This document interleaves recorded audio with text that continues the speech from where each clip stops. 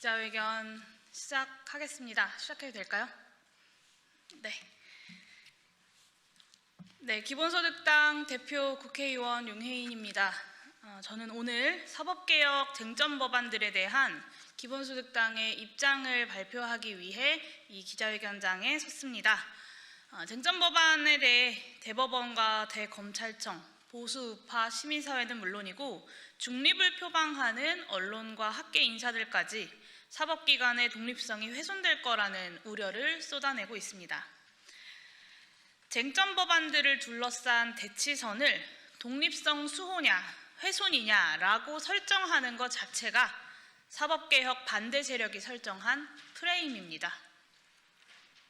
대치선은 법원과 검찰 조직을 민주주의의 요구에 순치시키느냐, 그들만의 기득권 철옹성으로 남겨두느냐입니다. 사법기관의 독립성은 87년 6월 항쟁으로 얻은 민주헌정질서의 성과물입니다. 그러나 지금은 국민의 피와 눈물로 쟁취했던 민주주의의 성과를 일거에 무위로 돌리려고 했던 내란 세력과 그 세력들을 방관하거나 옹호했던 이들이 사법기관의 독립을 전가의 보도처럼 휘두르고 있습니다.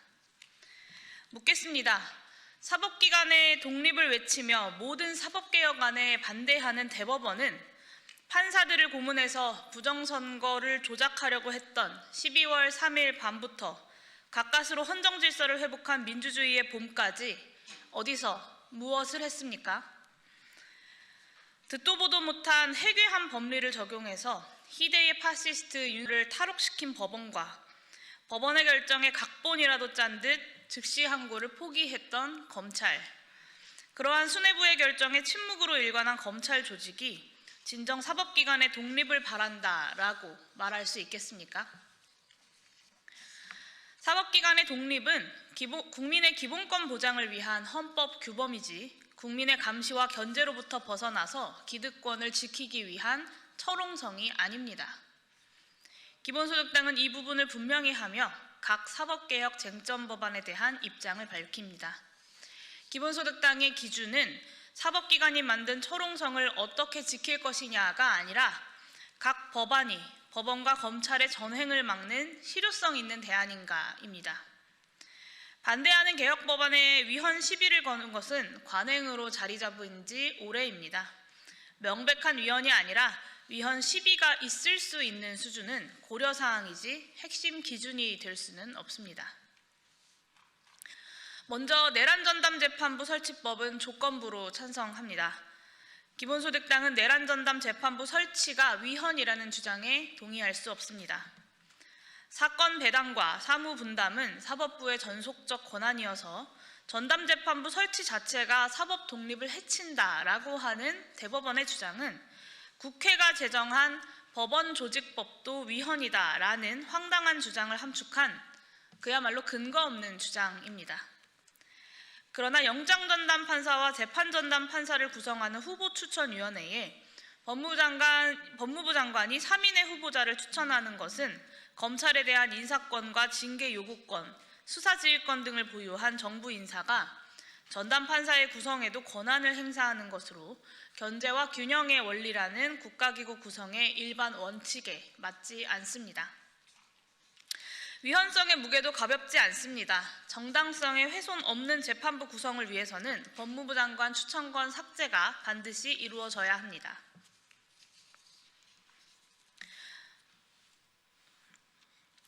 두 번째, 법 왜곡죄를 신설하는 형법 개정안은 찬성합니다. 법 왜곡죄는 모델로 삼은 독일 형법은 물론이고 스웨덴과 스페인, 노르웨이, 덴마크 등 다수의 민주주의 선진국들이 이미 도입한 제도입니다. 이들 중 일부 국가들은 고의뿐만 아니라 중대 과실로 인한 수사와 재판의 위법에 대해서도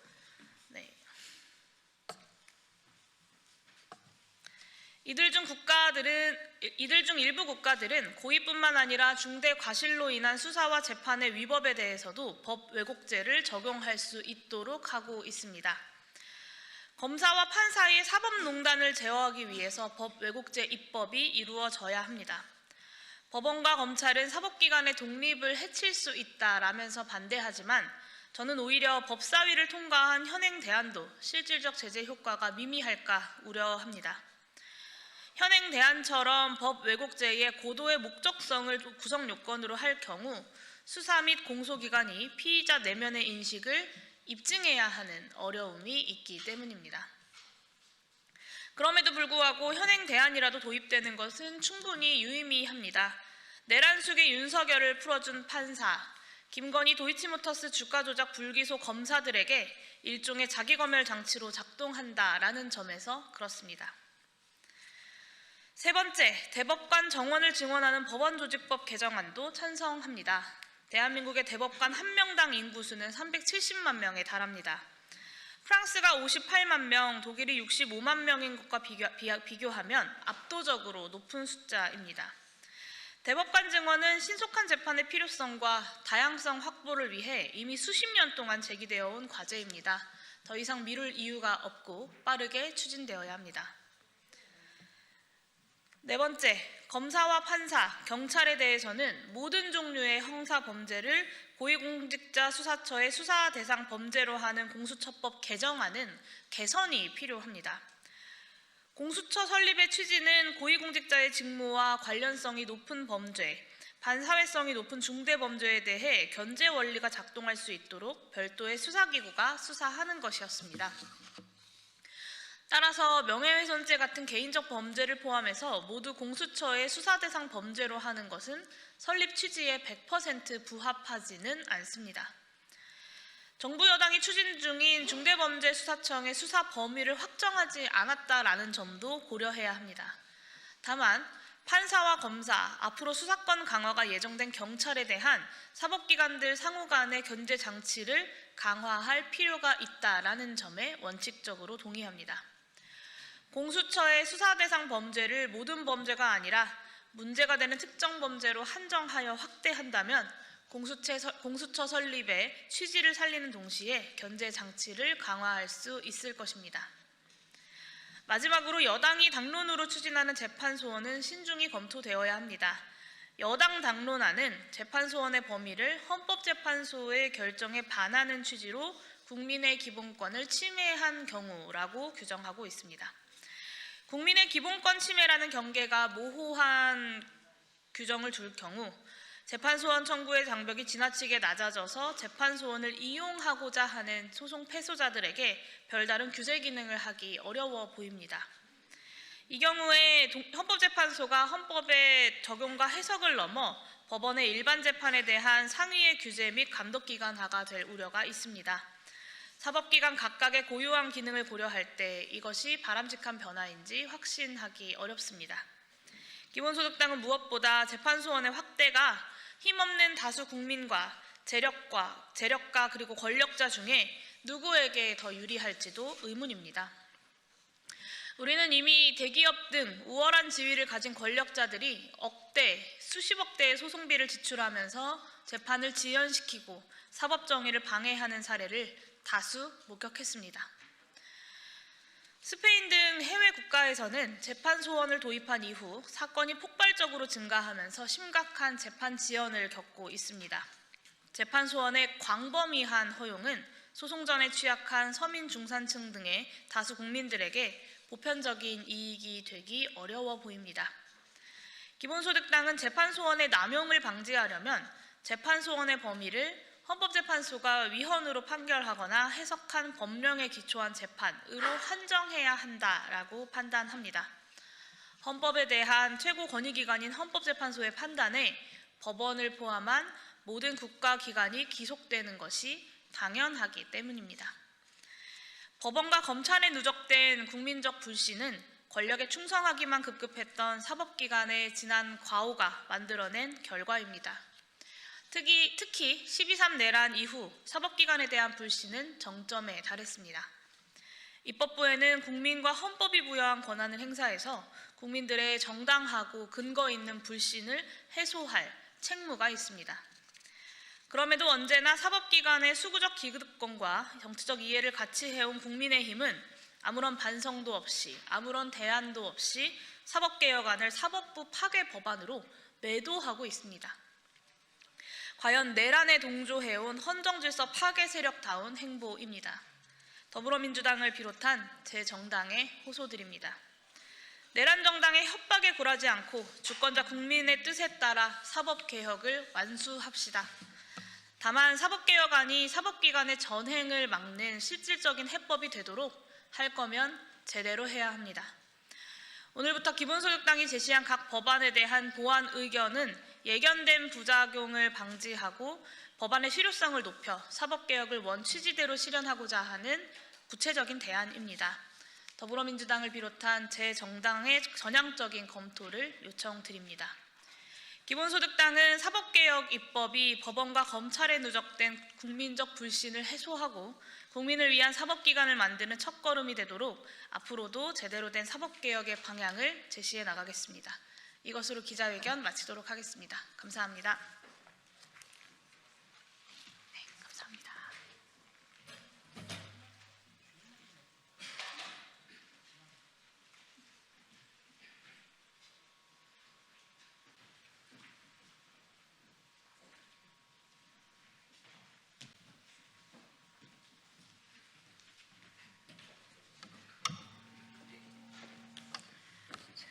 자, 수고하세요.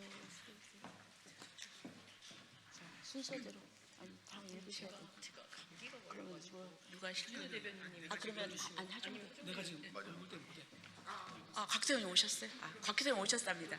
그럼 원래대로. 아니, 원래대로 하시면 됩니다. 곽규태 의원님 오셨어요? 네, 오셨어요. 네, 네. 아니, 저기 여기 제가 1페이지 드릴 테니까 여기 2페이지 알겠습니다. 예. 다 아시는 상황. 예.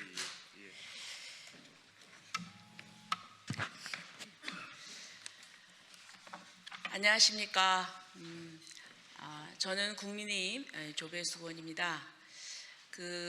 오늘 저희들이 지난번에 정청래 민주당 대표가 이제 특검이 끝나가는데 아직도 미진한 게 있다 그러면서 2차 종합특검을 하겠다는 발언을 했습니다. 이것은 이 법치주의를 도전하는 아주 파괴적인 그런 언사입니다.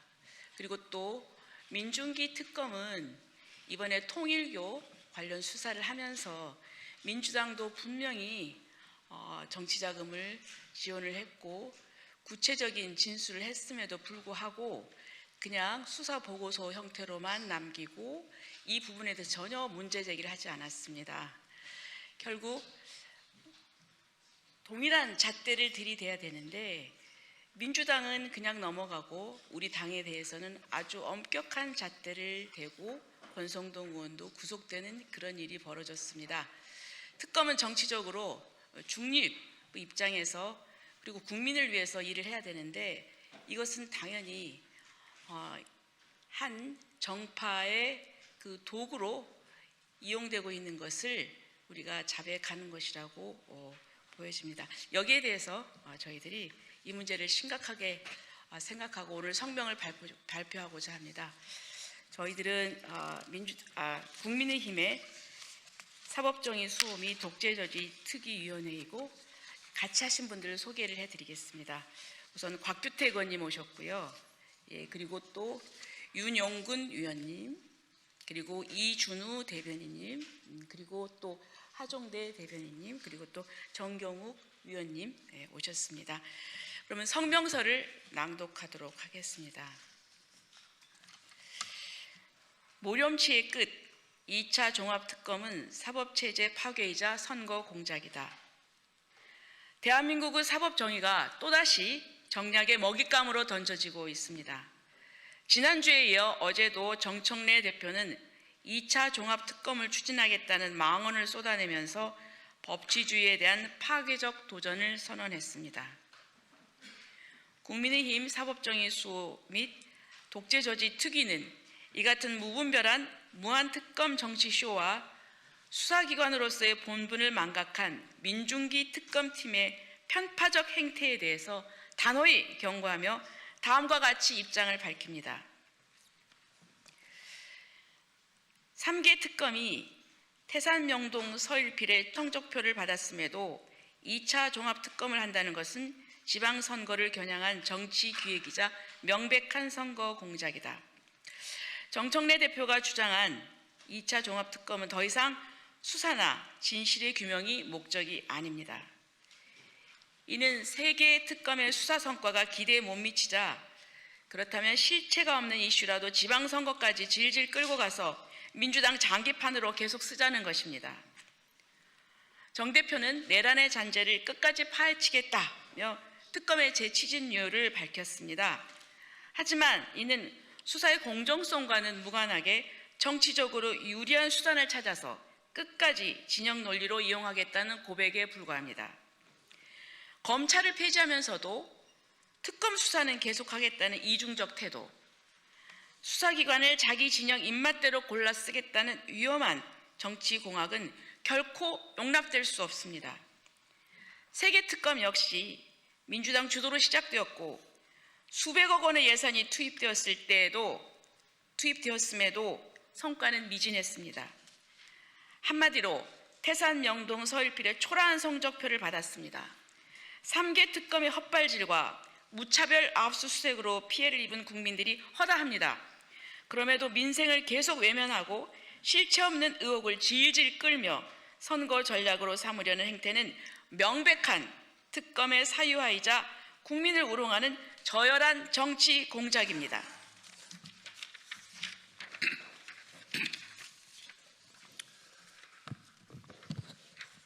민중기 특검은 스스로 편파수사 정치특검임을 입증했다.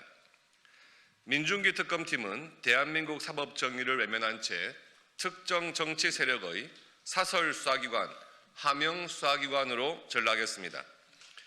윤영호 전 통일교 본부장이 민주당 정치인 15명에게 금전 지원을 했다고 명확히 진술했음에도 특검은 이를 수사 대상이 아니다며 덮었습니다.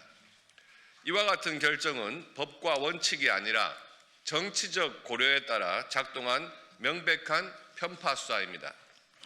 윤 전 본부장은 문재인 시절 민주당 전현직 의원 2명에게 수천만 원을 줬고 그중 1명에게는 고가의 시계까지 줬다고 했습니다. 또 이들이 경기도 가평 통일교 시설까지 찾아가 한학자 총재를 만났다고 했습니다. 당시 통일교와 관계를 맺은 장관급 인사 4명과 민주당 의원 명단도 특검에 전달했습니다. 그럼에도 불구하고 특검팀은 민주당 관련 진술을 공식 조서가 아닌 비공식 수사보고 형태로만 남겼습니다. 진술 조서를 남기지 않았다는 것은 애초에 민주당 커넥션 부분을 수사할 계획이 없었다는 것입니다. 국민의 눈을 속이고 기록을 숨긴 행위는 특검이 중립성을 상실했음을 보여주는 뚜렷한 증거입니다. 반면 여당 인사에 대해서는 사소한 진술 하나에도 소환 조사와 압수수색을 남발하고 구속영장을 무리하게 청구했습니다. 그 결과 구속영장 기각률은 90%에 달했으며 사법부는 이에 대해 증거 불충분이라는 명백한 사유를 밝혔습니다. 사건의 본질은 민주당과 통일교 간의 검은 커넥션을 특검이 의도적으로 덮었다는 것입니다. 민중기 특검은 더 이상 수사기관이 아닌 민주당의 정치 도구에 불과합니다.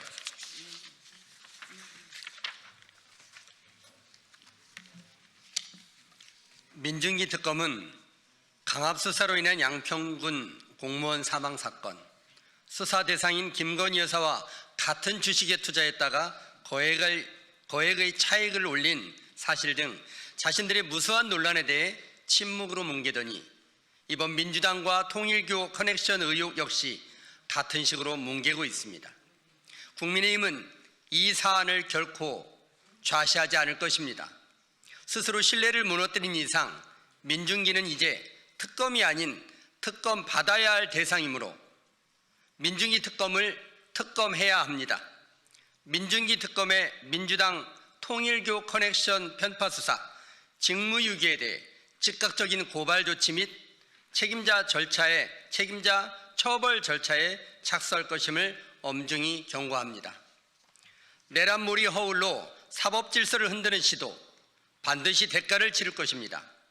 이재명 정부가 내란몰이라는 허상에 기댄 지 벌써 1년입니다. 그 결과가 무엇입니까? 제대로 밝혀진 진실 하나 없고 국민의 세금과 사법 시스템만 소진되었습니다.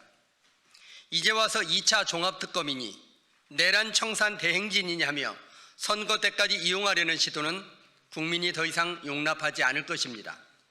사법정의는 특정 정당의 장난감이 아닙니다. 대한민국은 국민의 나라이지 정청래 대표의 사법 실험실이 아닙니다. 국민의 눈과 귀를 속일 수 있다고 착각하지 마십시오. 정치적 목적을 위해 사법 체계를 농단한 자는 반드시 역사의 심판을 피하지 못할 것입니다. 2025년 12월 9일 국민의힘 사법정의 수호 및 독재저지 특별위원회. 네, 수고하셨습니다. 네.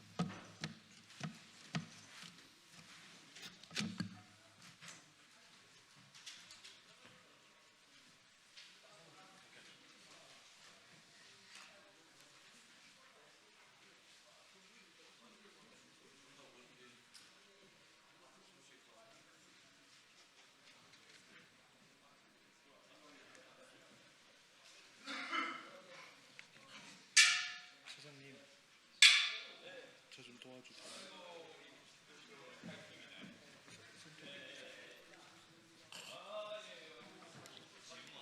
네. 아니요, 저 지금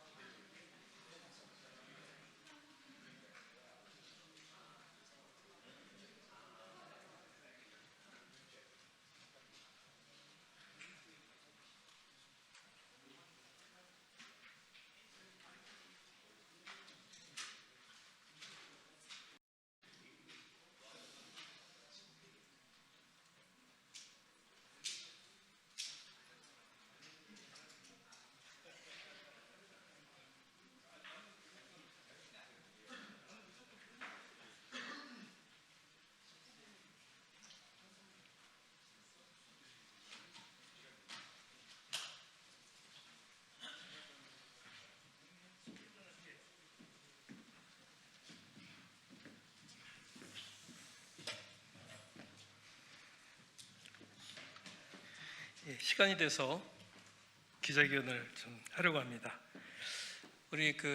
저는 더민주혁신회의 공동 상임대표를 맡고 있는 이광희라고 하고요. 저희 함께 상임대표를 맡고 있는 우리 김문수 의원님 모셨고, 그리고 송순호 우리 경남도당 위원장님 모셨고요. 그다음에 대구 달서을 지역위원장인 김성태 위원장님 와 계십니다.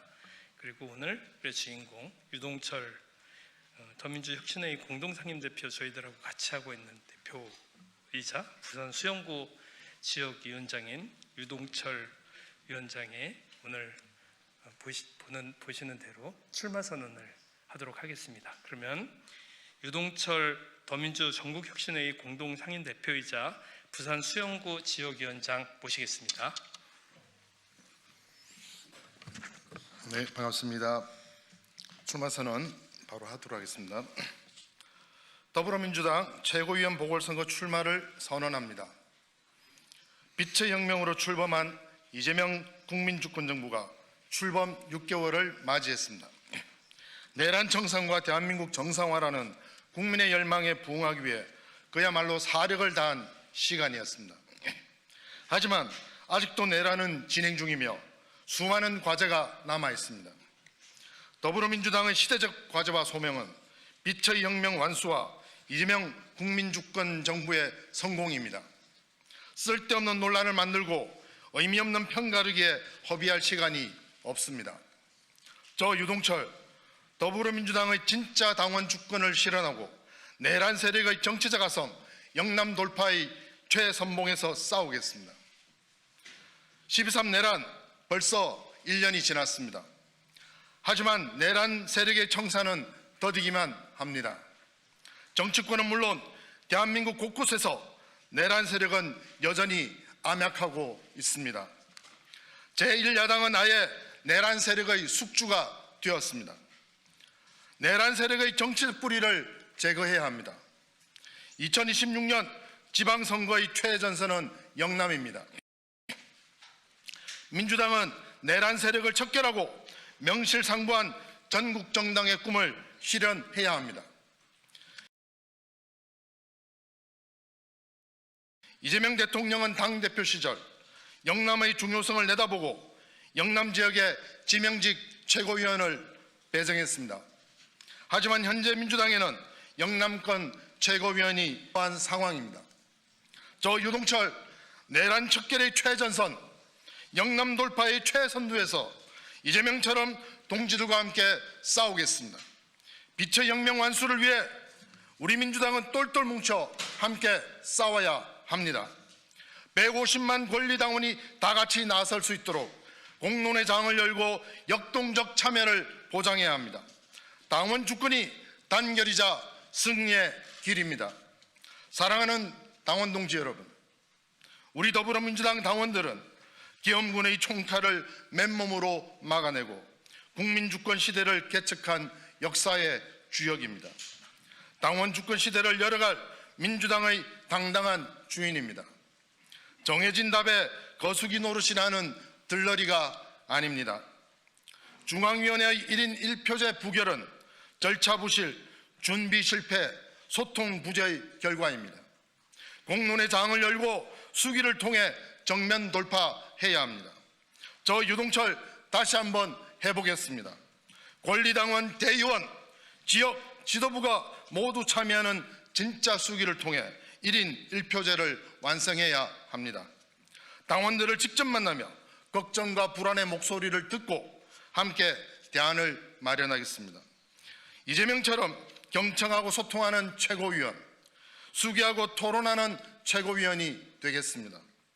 지방선거 승리를 위해 공정하고 투명한 공천관리가 필요합니다.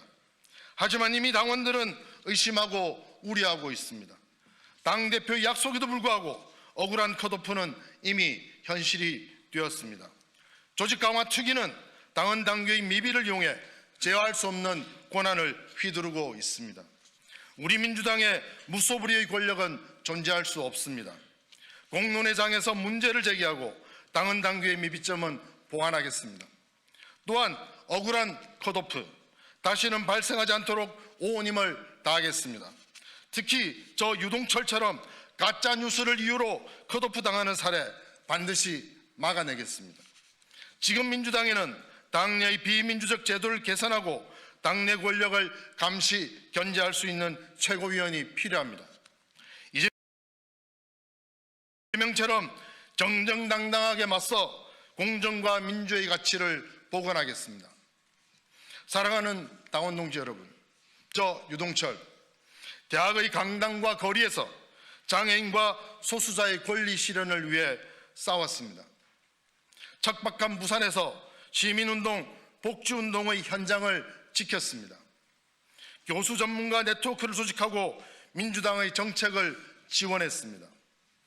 이재명 대통령이 성남시장 후보이던 시절 정책 자문으로 인연을 맺어 기본사회 철학을 체계화, 공약화했습니다. 그리고 이재명의 영입 인재로 총선에 나서 낙선했습니다. 대한민국의 위기와 이재명의 고난을 지켜보던 대학의 연구실은 가시방석과 같았습니다. 오직 함께 싸워야겠다는 마음으로 정치에 나섰습니다. 그 마음 지금도 변함이 없습니다. 제가 할 수 있는 모든 것을 다하겠습니다. 지금까지 그래왔던 것처럼 어려운 힘든 일 앞장서겠습니다. 손해보는 일도 마다하지 않겠습니다. 이재명의 영입인재답게 이재명처럼 일하고 이재명처럼 혁신하겠습니다. 빛의 혁명 완수와 이재명 국민주권정부의 성공에 제 모든 것을 바치겠습니다. 2025년 12월 9일 유동철. 감사합니다. 이것으로 출마 기자회견을 마치도록 하겠습니다. 감사합니다. 네, 수고하셨습니다. 수고하셨습니다.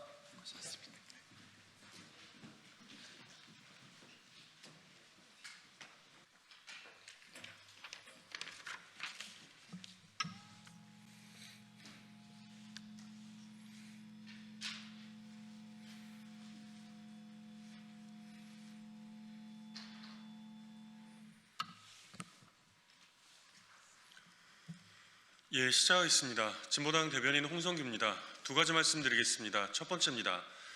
귀찮으니까 증언을 거부하겠다는 내란 책사 노상원, 수첩에 빼곡히 사살 명단들을 정리했던 반국가 세력들의 파렴치함이 정말로 끝이 없습니다. 노상원 전 정보사령관이 내란 속의 윤석열 재판의 증인으로 나와서 귀찮으니까 증언을 거부하겠다고 했습니다. 내란의 수괴가 윤석열, 그 오른팔이 김용현이라면 노상원은 실질적으로 책사 역할을 했던 자입니다.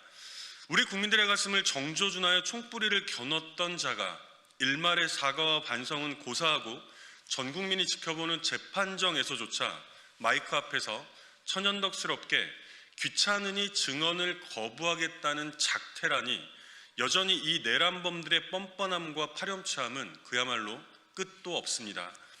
귀찮아서라고 했습니까? 내란 1년 전부터 꼼꼼하게 아주 세밀하게 수첩에 기록을 했던 자입니다. 정치인, 언론인, 종교인, 노동조합 활동가, 법조인 등을 망라하여 하나하나 실명까지 거론하며 수거 대상으로 삼고 사살이라는 구체적 표현을 포함하여 수용과 처리 방식까지 챙겼던 자입니다. 내란에 가담할 핵심 군 인사들을 1년 전부터 필요한 요직에 꼼꼼하게 박아넣었던 철두철미한 자이기도 합니다. 그러더니 이제 와서 귀찮다고요?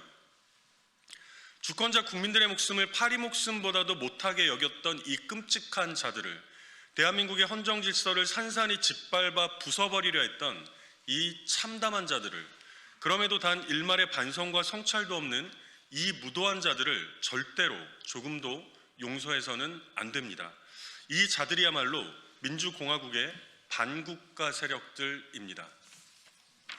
두 번째입니다. 독립기념관 사유와 감사에도 아랑곳 없이 또 극우 예배를 강행한 김영석 관장, 순국 선열 모독 작태입니다. 즉각 사퇴해야 합니다. 규정 따위는 다 무시하고 독립기념관을 개인적으로 사유화해서 보훈부의 감사까지 받고 있는 김영석 관장이 이에 아랑곳 없이 다시 극우 예배를 강행했습니다.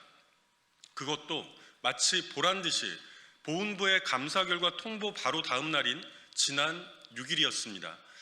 한국 독립운동과 기독교의 만남 개막식이라는 제목과는 전혀 다른 한마디로 내란 옹호 극우 예배였습니다.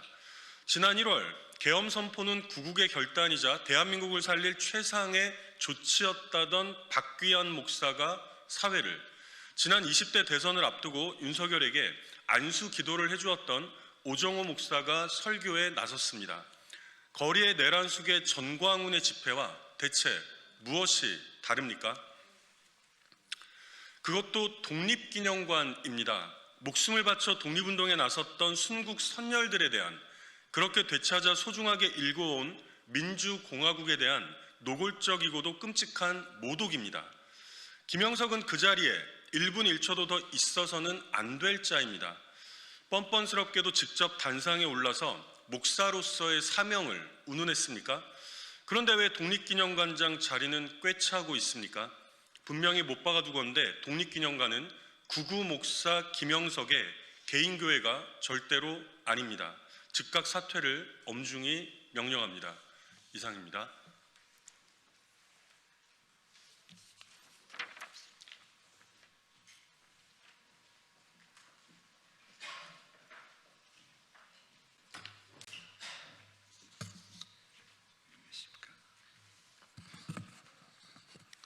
안녕하십니까. 더불어민주당 대변인 문대림입니다. 귀찮다며 증언 거부한 노상원, 내란 공범자의 오만함이 극에 달랐다는 내용으로 논평을 발표하도록 하겠습니다. 어제 윤석열 내란 재판에 증인으로 출석한 노상원 전 국군정보사령관의 증언 태도는 대한민국의 사법정의를 조롱하는 파렴치한 행태 그 자체였습니다. 불리한 질문은 잡아떼고 유리한 질문엔 입이 트이는 그야말로 내란 공범자의 선택적 임열기라는 새로운 정치 희극을 보는 듯 했습니다. 특히 귀찮다는 이유로 증언을 거부하는 장면은 충격을 넘어 모욕이었습니다. 국가를 뒤흔든 내란 사태의 핵심 당사자가 재판정에서 국민 앞에 책임을 귀찮음 수준으로 격하했습니다. 이것이 바로 내란 공범자들이 저열한 수준입니다. 그가 침묵한 사안들은 모두 진실규명의 핵심입니다. 2023년 10월 장성 인사 시점부터 계엄이 준비되었다는 정황, 허위 부정선거 프레임을 앞세운 제2수사단 가동 시도, 정보사유원 인적 정보 유출, 그리고 2023년 11월 김용현과의 은밀한 접촉까지, 이 모든 것은 우발적 대응이 아닌 이미 설계된 쿠데타 시나리오였다는 것을 강력하게 증거하는 내용들입니다. 비아폰 의혹은 더욱 결정적입니다. 김용현이 계엄 선포 전날에 아무 말 없이 비아폰을 건넨 정황, 계엄 당일 밤 또 다른 소령을 통해 연락을 주고받았다는 사실은 통신 추적을 회피하기 위한 사전 준비였음이 명백합니다. 그럼에도 노 전 사령관은 조직도도 안 보였고 발신번호도 없었다는 허술한 변명만 내놓았습니다. 어설픈 해명으로 국민을 속일 수 있다고 생각한다면 그 자체가 오만입니다.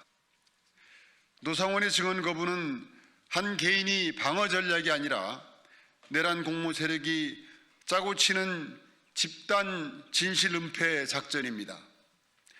내란 공범들은 서로를 보호하기 위해 증언 거부권을 악용하고 선택적 진술로 사실관계를 왜곡하며 책임을 서로에게 떠넘기는 비겁한 카르텔을 형성하고 있습니다. 법원과 특검은 이들이 선택적 침묵 뒤에 숨겨진 진실을 끝까지 밝혀내야 합니다. 헌정 질서를 유린한 세력이 거짓과 은폐를 방치하는 일은 대한민국 민주주의에 대한 또 한 번의 배신입니다. 더불어민주당은 사법정의를 조롱하고 내란 범죄를 가볍게 여기며 국민을 우롱하는 이 행태를 결코 좌시하지 않을 것입니다. 헌정 질서를 유린한 내란 세력이 마땅한 심판을 받을 때까지 단 한 걸음도 물러서지 않겠습니다. 이상입니다. 수고하셨습니다.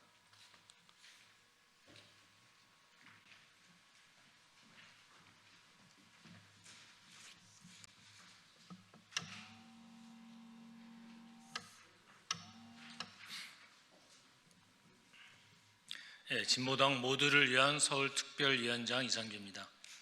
지난 목요일 서울에 첫눈이 내렸습니다. 흰눈이 만들어낸 멋진 풍경도 잠시, 첫눈 대비도 제설 작업도 없이 서울 도로는 얼어버렸습니다. 차들이 뒤엉키고 퇴근길 버스가 끊겨 시민들은 일대 혼란을 겪어야 했습니다. 작년 폭설에 눈 대비 철저히 하겠다는 서울시 약속은 어디 갔나요? 종묘 개발 홍보 영상에 돈 들이고 해외 출장 다니고 꽃길만 걷는 귀족 행정으로 서울 시민의 안전과 일상생활은 위협받고 있습니다. 그런데도 오세훈 시장의 지지율은 꿈쩍 않습니다. 민주당은 차명 주식 투자에 이어 인사청탁하다 딱 걸렸습니다. 훈시기형과 현지 논란은 무슨 날벼락인가 싶겠지만 이재명 정부, 집권 여당의 행태는 만천하에 드러났습니다. 정권 잡고 민주당 세상 되었으니 권력도 휘두르고 한미천 챙겨보자는 것은 아닌지 심히 우려됩니다. 민주당, 너희들은 뭐 얼마나 깨끗하냐? 이런 세간의 민심이 오세훈을 받쳐주고 있습니다. 내란 전담 재판부를 두고 말이 많습니다. 장동혁 대표는 결국 국민의힘을 해체할 것이라 했고, 신동욱 의원은 나라가 망할 것 같은 공포감이라고 정확하게 표현했습니다. 법관회의에서는 재판 독립성과 상권 분립 원칙을 흔들 수 있다고 공식 의결을 했군요. 국힘에서 말하는 나라는 내란 세력 그들의 나라, 법관이 말하는 재판 독립은 양승태처럼 사법농단 정치재판을 마음껏 할 수 있는 독립입니다. 내란 세력의 나라는 망해도 됩니다. 아니, 망해야 합니다. 사법농단 정치재판의 독립성은 흔들려도 됩니다. 아니, 흔들리다 못해 파괴되어야 합니다. 윤석열 앞에서는 찍소리도 못하던 국민의힘 의원들과 법관들이 머리를 쳐들고 저항합니다. 민주당이 만만하게 보이기 때문입니다. 인사청탁에 이어 통일교 돈 받았다는 증언도 나왔습니다. 내란 재판부 잘못 추진하면 윤석열이 석방될 수 있다는 나약한 소리도 터져나옵니다. 아름다운 개혁, 모두를 만족시키는 개혁은 없습니다. 민주당이 상처나지 않고 편안하게 잘 먹고 잘 사는 내란 척결은 아예 성립하지 않습니다. 민주당은 사태를 똑바로 보고 처신하기 바랍니다. 자고 우면하지 않기를 바랍니다. 감사합니다.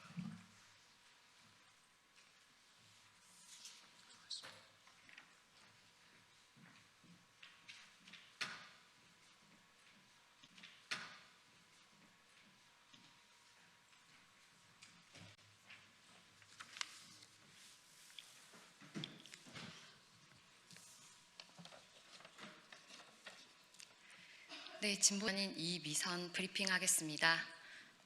4세 7세 고시 금지, 빈틈도 안 됩니다. 아이들에게 행복할 권리를 되돌려줘야 합니다. 4세 7세 고시라는 참담한 현실을 금지하는 학원법 개정안이 어제 국회 교육위원회 법안심사 소위를 통과했습니다. 유아 대상 영어학원 입학시험, 이른바 4세 7세 고시가 뒤늦게나마 금지된 것은 그나마 다행스러운 일입니다.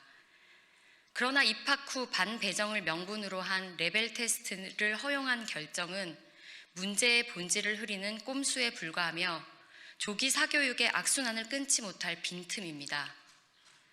이미 한국의 영유아 사교육 현실은 국제사회에서도 우려할 만큼 심각합니다. 4세부터 시험을 준비하는 비정상적 풍경은 비극입니다. 아이들의 행복권을 침해할 권리가 누구에게 있는지 묻지 않을 수 없습니다. 특히 불평등이 세습되는 사회가 만들어낸 병폐가 이제는 유아기 아이들에게까지 확장된 현실을 보며 깊은 한탄을 금할 수 없습니다. 이처럼 사회가 과도한 경쟁을 부추기니 육아 부담은 커지고 출생률 하락에도 영향을 미칠 수밖에 없습니다. 정부와 국회가 정말로 아이들의 행복을 위한다면 규제의 빈틈을 남겨둘 이유가 없습니다. 사교육 시장의 요구보다 아이들의 발달과 인권을 우선해야 한다는 원칙은 결코 타협할 수 없습니다.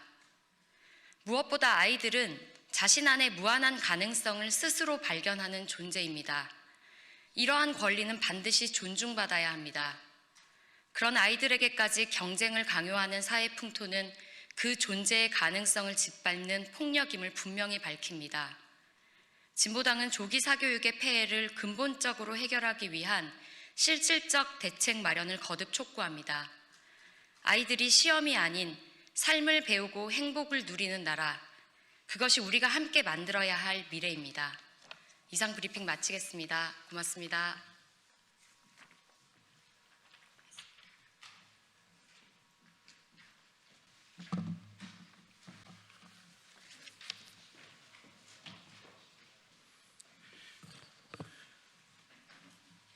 위로 올라가 보는 건. 안녕하십니까. 해양수산 기후변화 대응센터 특정지역 예산 끼워넣기를 강력 규탄한다라는 내용으로 성명서를 발표할 경남 통영시 고성군 출신의 정점식 의원입니다. 그럼 시작하겠습니다.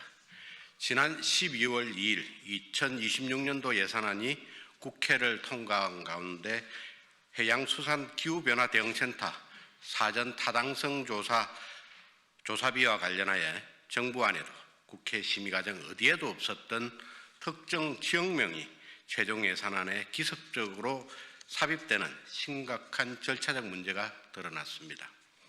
저는 우리 바다의 급격한 수온 상승과 연안 수산업 피해 확대에 대응하기 위해 해양수산 기후변화 대응센터 설립의 필요성을 지속적으로 강조해 왔으며 이를 지난해 총선 공약으로도 명확히 제시한 바 있습니다. 특히 국회 예산결산특별위원회 위원으로서 해양수산부 기획재정부 장관에게 구두, 서면 질의를 포함한 공식 절차를 통해 2026년도 예산 반영을 적극 요청해 왔으며 사전 타당성 조사비 2억 원이 반영되었다는 기획재정부의 회신도 받은 바 있습니다. 또한 당시 국회 예산안 수정안에서도 특정 지역이 명시되지 않은 상태로 사전 타당성 조사 예산이 반영되어 있음을 확인했습니다. 그러나 예산안이 국회를 통과하기 불과 한두 시간 전 정부 안에도 없고 국회 심의 과정에서도 제대로 논의조차 된 적이 없었던 전남 완도라는 지역명이 삽입되었고 최종 예산안은 이를 반영한 채 통과되었습니다.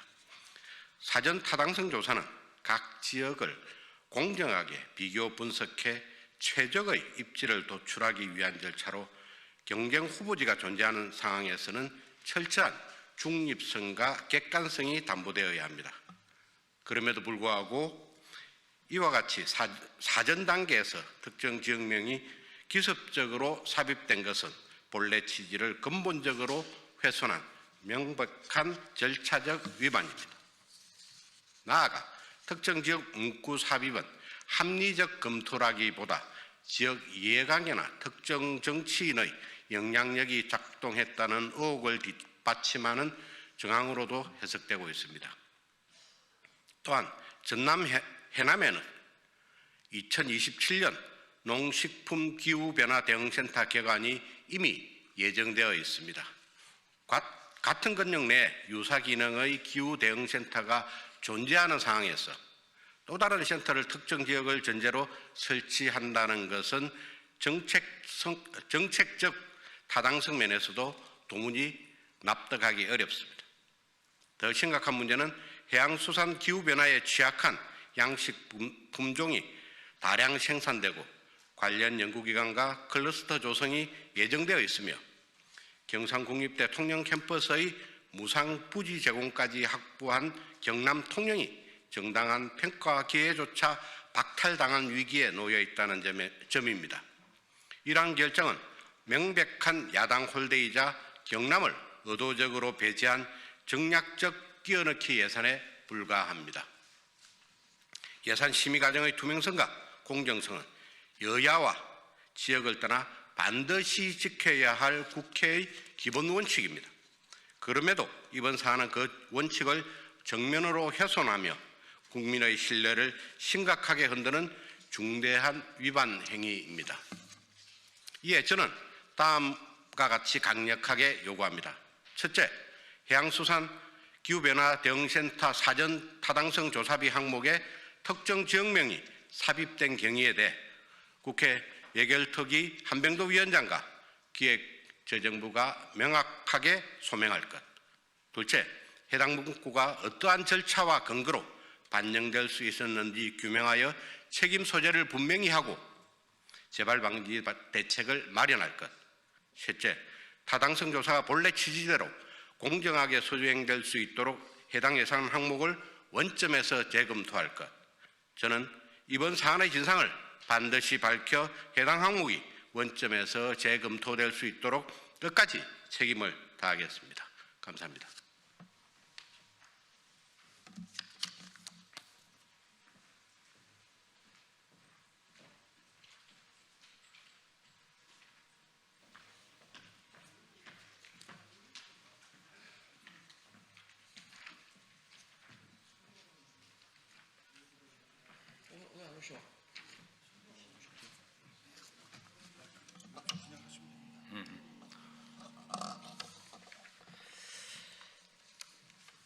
예, 안녕하십니까.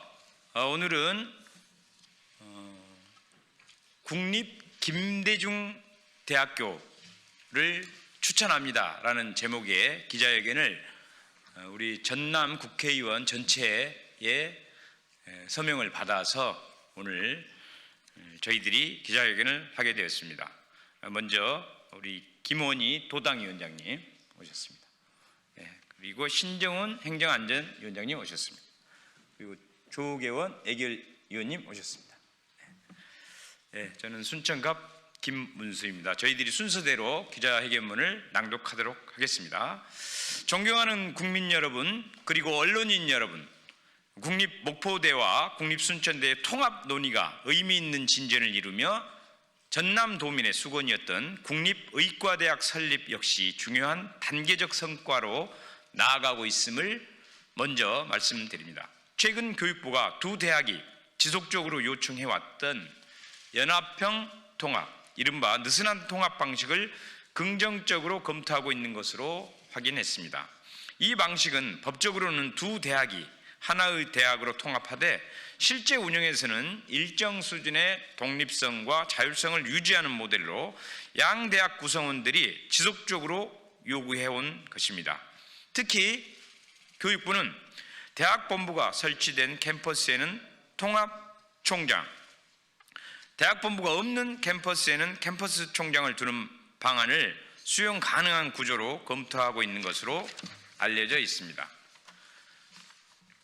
목포대와 순천대 두 대학은 규모와 위상이 비슷합니다. 2024년 4월 기준 학생 정원은 순천대 6,554명, 목포대 6,194명이며 재학생 수는 순천대 6,386명, 목포대 5,747명입니다. 순천대는 전남 동부권을, 목포대는 전남 서부권을 대표하는 대학임을 고려할 때 통합 이후 특정 캠퍼스의 지위가 약화될 수 있다는 양 대학의 우려를 완화할 수 있는 대안으로 평가되고 있습니다. 특히 이는 지난 국정감사 당시 교육부가 보였던 다소 신중하거나 부정적 기조와 달리 최근 들어 두 대학의 합리적 요구를 반영하는 방향으로 정책적 판단이 전환되고 있음을 보여주는 변화입니다. 아울러 이러한 통합구조를 제도적으로 뒷받침하기 위한 특별법 제정 논의도 국회에서 진행 중이며, 이는 전남 통합국립대학이 안정적으로 운영될 수 있는 법적 기반을 마련하는 핵심 과정이 될 것입니다. 물론 캠퍼스 총장을 직선제로 선출할지 혹은 임명제로 둘지를 둘러싼 논의가 남아있지만, 지역사회와 교육계에서는 국립의과대학 설립이라는 큰 목표 아래 충분히 조율 가능한 사안이라는 전망이 매우 우세합니다. 이렇게 정부와 대학 구성원, 지역사회가 공통의 목표를 향해 단계적으로 합의를 넓혀가고 있는 지금 두 대학의 통합은 사실상 구분능선을 넘었다고 평가할 수 있습니다. 바로 이러한 중요한 시점에서 저희 전라남도 국회의원들은 통합대학의 정체성과 미래 비전을 담을 교명으로 국립 김대중 대학교를 공식 제안드리고자 합니다. 국립 김대중 대학교는 통합대학이 지향해야 될 가치와 미래 전략을 담은 상징적인 이름입니다. 첫째, 국립 김대중 대학교는 전남의 역사적 정체성과 가장 부합합니다. 김대중 대통령은 민주주의, 인권, 평화, 통합이라는 대한민국의 핵심 가치를 실천한 역사적 지도자이자 한국인 최초로 노벨 평화상 수상자입니다. 전남에서 태어나 대한민국을 세계로 이끈 인물이자 지역을 넘어서 국가의 품격을 상징하는 인물의 이름을 대학에 부여하는 것은 통합국립대학의 정체성을 가장 분명하게 세우는 일일 것입니다. 둘째, 국립 김대중대학교는 국제적으로도 경쟁력 있는 이름입니다. 세계 유수 대학들은 국가 지도자, 역사적 인물, 사회적 리더의 이름을 대학명으로 사용합니다. 가장 대표적으로 미국의 조지 워싱턴 대학교는 미국의 초대 대통령 조지 워싱턴의 이름을, 그리고 조지 메이슨 대학교는 미국 건국의 아버지 중 한 명인 조지 메이슨의 이름을 따서 명명한 것입니다. 제임스 메디슨 대학교, 또 미국의 제4대 대통령 제임스 메디슨의 이름을 사용하는 등 역사적 지도자의 이름은 대학명으로 사용하는 사례는 미국에서도 매우 일반적입니다. 셋째, 국립 김대중대학교는 순천과 목포를 비롯한 전남 전체를 아우르는 통합의 상징입니다. 그동안 두 지역은 의대 유치를 둘러싸고 경쟁 구도가 존재했지만 이제는 통합이라는 큰 목표 아래서 새로운 협력의 길을 걷고 있습니다. 김대중이라는 이름은 어느 한 지역에 치우치지 않으며 순천과 목포 모두가 공감할 수 있는 가장 중립적이면서도 가장 통합적인 상징입니다. 많은 지역민들이 김대중이라는 이름이 순천과 목포의 감정적 거리를 좁혔다, 전남의대 통합 논의의 추진력을 높였다는 평가를 내놓고 있습니다. 통합국립대학의 이름은 바로 이러한 화합, 혁신, 도약의 정신을 담아내야 합니다. 넷째, 국립 김대중대학교는 전남의 미래 100년을 여는 이름입니다. 김대중 대통령은 정보고속도로 건설을 통해 대한민국 디지털 혁신의 문을 연 지도자입니다.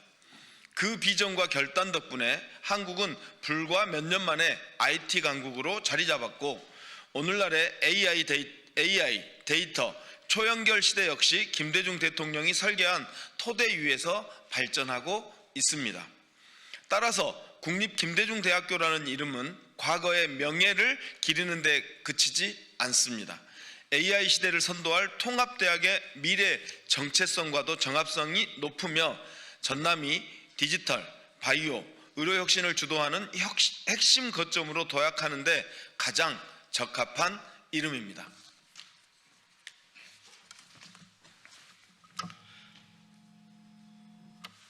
다섯째, 우리는 절차를 흔들지 않습니다. 오늘의 제안은 어디까지나 공모, 심사, 투표, 교육부 확정이라는 공식 절차 속에서 충분히 검토되기를 바라는 공적 의견의 제시입니다. 어떠한 압력이나 개입도 없을 것이며 양 대학 구성원들의 판단과 교육부의 심의를 존중합니다. 다만 전남의 역사와 미래, 지역 간 통합의 가치, 그리고 글로벌 경쟁력을 갖춘 대학 브랜드라는 측면에서 국립 김대중대학교가 가장 책임 있는 선택이라고 확신하기에 이 자리에서 도민과 국민께 의견을 드리는 것입니다.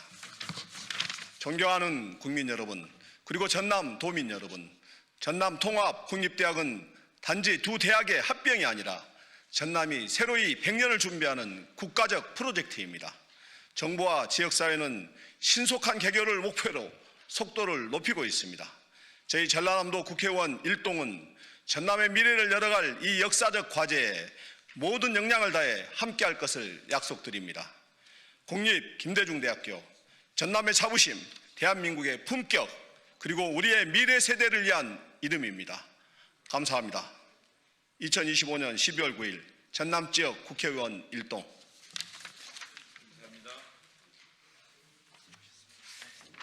수고하셨습니다.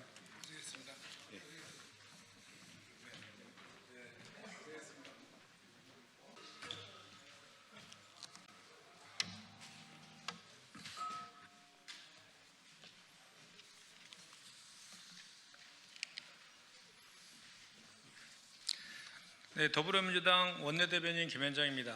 브리핑하겠습니다. 민중기 특검은 김건희 특검입니다. 국민의힘은 특검에게 이 법을 강요하지 마십시오. 통일교 전 세계본부장 윤 씨의 민주당 인사들도 지원했다는 진술이 알려지자 국민의힘은 기다렸다는 듯이 선택적 수사라며 민중기 특검 흔들기에 나섰습니다. 민중기 특검은 김건희 특검입니다. 말 그대로 김건희를 둘러싼 각종 비리 의혹을 수사하라고 국민이 만들어주신 특검입니다. 여야 전체 정치자금 사건과 통일교 관련 모든 의혹을 한꺼번에 떠안으라는 요구는 애초부터 특검법 취지와 맞지 않는 것입니다. 민중기 특검은 지금까지 특검법이 부여한 법적 권한과 절차에 따라 수사해 왔습니다. 통일교에 민주당도 지원했다는 진술 역시 정식 기록으로 남기고 사건 번호를 부여했습니다. 향후 적법한 절차에 따라 수사 기관으로 사건을 인계할 방침입니다. 이처럼 법이 정한 선을 지키는 특검에게 왜 선을 넘지 않느냐고 다그치는 것은 진건이 방탄이자 자신들의 통일교 연루 의혹을 모면하기 위한 얄팍한 정치 공세일 뿐입니다. 지금까지 밝혀진 통일교와 국민의힘의 커넥션은 물타기 할 수 있을 만큼 가벼운 수준입니까? 국민의힘은 민중기 특검을 향한 정치 공사로 시선을 돌리려 하지 말고 먼저 통일교와 자신들 사이에 구체적인 커넥션부터 솔직하게 밝히십시오. 민중기 특검을 향한 정치 공세는 결국 자신들을 향한 수사를 멈춰달라는 비명에 불과합니다. 국민의힘이 진실을 두려워하지 않는다면 특검을 흔들 것이 아니라 특검 앞에 당당히 서십시오. 민주당 인사에게도 위법한 자금이 흘러갔다면 수사기관에서 절차에 따라 철저하게 수사하면 될 일입니다. 지금 서울 시민에게 필요한 건 카풀이가 아니라 오 시장의 무개념한 개념풀이 행정을 즉각 멈추는 것입니다. 말레이시아 출장 중인 오세훈 시장의 행보가 점입가경입니다. 시민의 안전과 삶을 도외시한 채 전시 행정의 민낯을 여실히 드러내고 있습니다. 오 시장은 말레이시아 기자간담회에서 안전 우려가 큰 한강버스에 대해 스스로 기술적 한계와 시행착오를 인정하면서도 이를 도전 정신이라 강변했습니다. 시민의 생명이 담보된 대중교통 수단을 두고 시행착오를 당연시하는 태도에 경악을 금할 수 없습니다. 서울 시민은 시장의 치적잡기를 위한 실험 대상이 아닙니다. 같은 자리에서 자화자찬한 강남북 균형 발전의 실체 또한 기만적입니다. 정비 사업 용적률 완화에 치우친 토건 쇼만 벌인 결과 서울 전반의 부동산 불황과 자산 격차만 커졌습니다. 더 기막힌 것은 카프리 모닝 구상입니다. 오 시장은 요즘 서울에도 달리기 인구가 늘었는데 카프리 모닝을 도입하면 훨씬 많은 시민이 도심에서 달리기를 할 것 같다며 주말 도심 한가운데 도로를 막는 사업을 시범 추진하겠다고 밝혔습니다. 지금도 주말마다 열리는 마라톤과 행사로 시민들의 교통 불편이 극에 달해 있습니다. 면밀한 대책도 없이 주말 교통을 통제하는 일을 상시화하겠다는 건 시민 불편을 전혀 고려하지 않은 전시 행정의 극치를 보여주는 것과 다름없습니다. 해외에서 뜬구름 잡는 이벤트를 기획할 시간이 있다면 서울의 현실부터 직시하십시오. 지금 서울 시민에게 필요한 건 카프리가 아니라 오 시장이 벌인 일을 수습하고 무책임한 개념풀이 행정을 즉각 멈추는 것입니다. 이상입니다. 수고했습니다.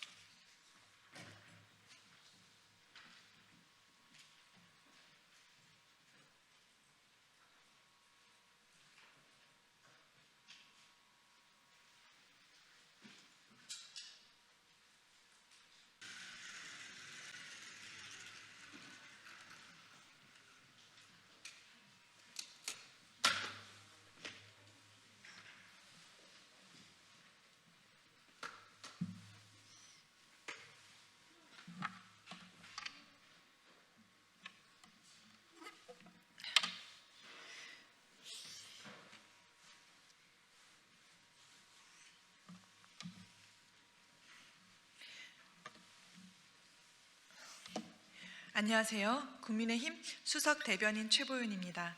첫 번째 논평 시작하겠습니다. 더불어민주당 추미애 의원이 내년 6.3 지방선거 경기도지사 출마를 위해 법사위원장 사퇴를 예고했습니다.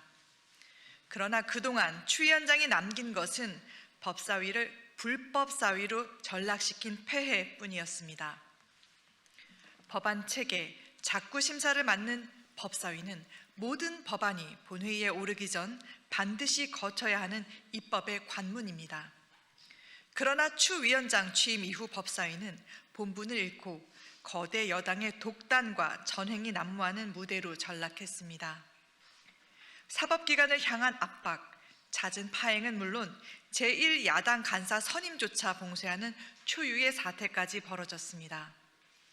이는 국회 관례를 무너뜨린 명백한 민주주의 파괴이자 추 위원장이 법치 파괴 위원장이라는 평가를 자초한 이유입니다. 대법원장을 조롱한 합성 사진까지 등장한 법사위 국감장은 사법부를 희화화하고 국회의 품격을 추락시킨 민주당의 민낯이었습니다. 민주당은 확인되지 않은 조작 제보 하나로 최고 사법기관의 수장을 증인석에 세운 데 이어 야당 발언을 차단하고 퇴장 명령을 남발하며 국감을 정쟁의 무대로 만들었습니다. 나아가 대법원 현장 국감을 개인 유튜브 홍보 영상에 활용하고 후원 계좌까지 노출하는 등 법사위 권한을 홍보성 활동에 이용했다는 비판까지 자초했습니다.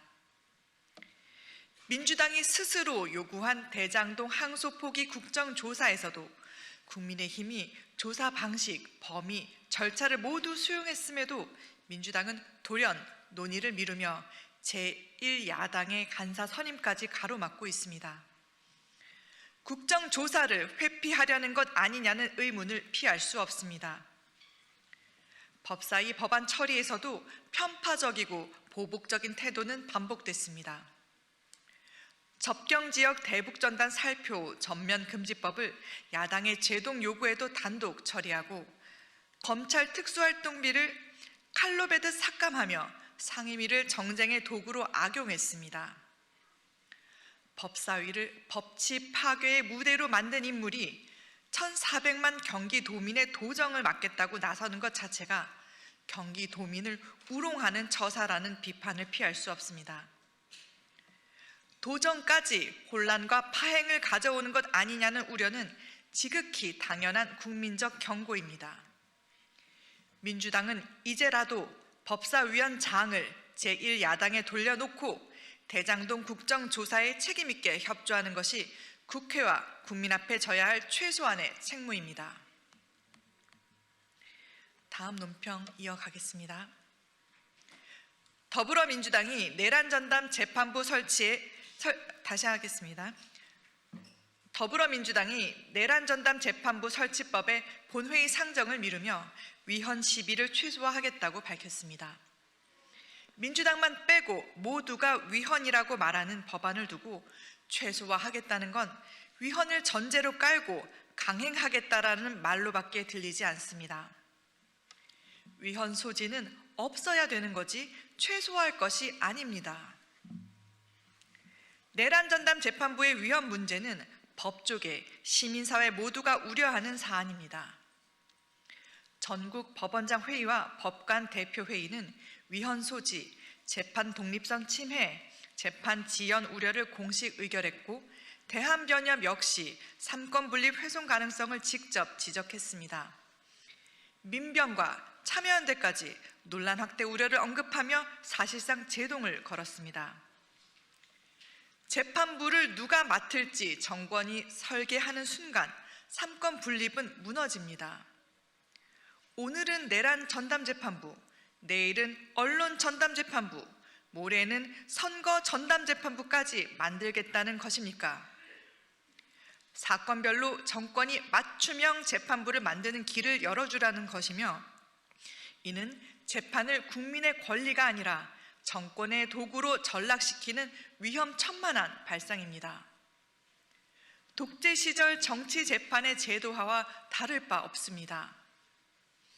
그 와중에 민주당이 위헌성 검토를 외부 법무법인에 맡기겠다고 한 것도 문제입니다. 해당 로펌은 이재명 대통령 대법원 무죄 취지 판결을 비롯해 김경수, 조국 등 여권 주요 인사 사건을 다수 변론해온 곳으로 널리 알려져 있습니다. 이런 곳에 검토를 맡겨놓은 것 자체가 객관적 판단이라 말하기 어렵다는 비판이 나오는 이유입니다. 위헌 논란을 잠재우기 위한 절차적 포장일 뿐 독립적 검증과는 거리가 멉니다.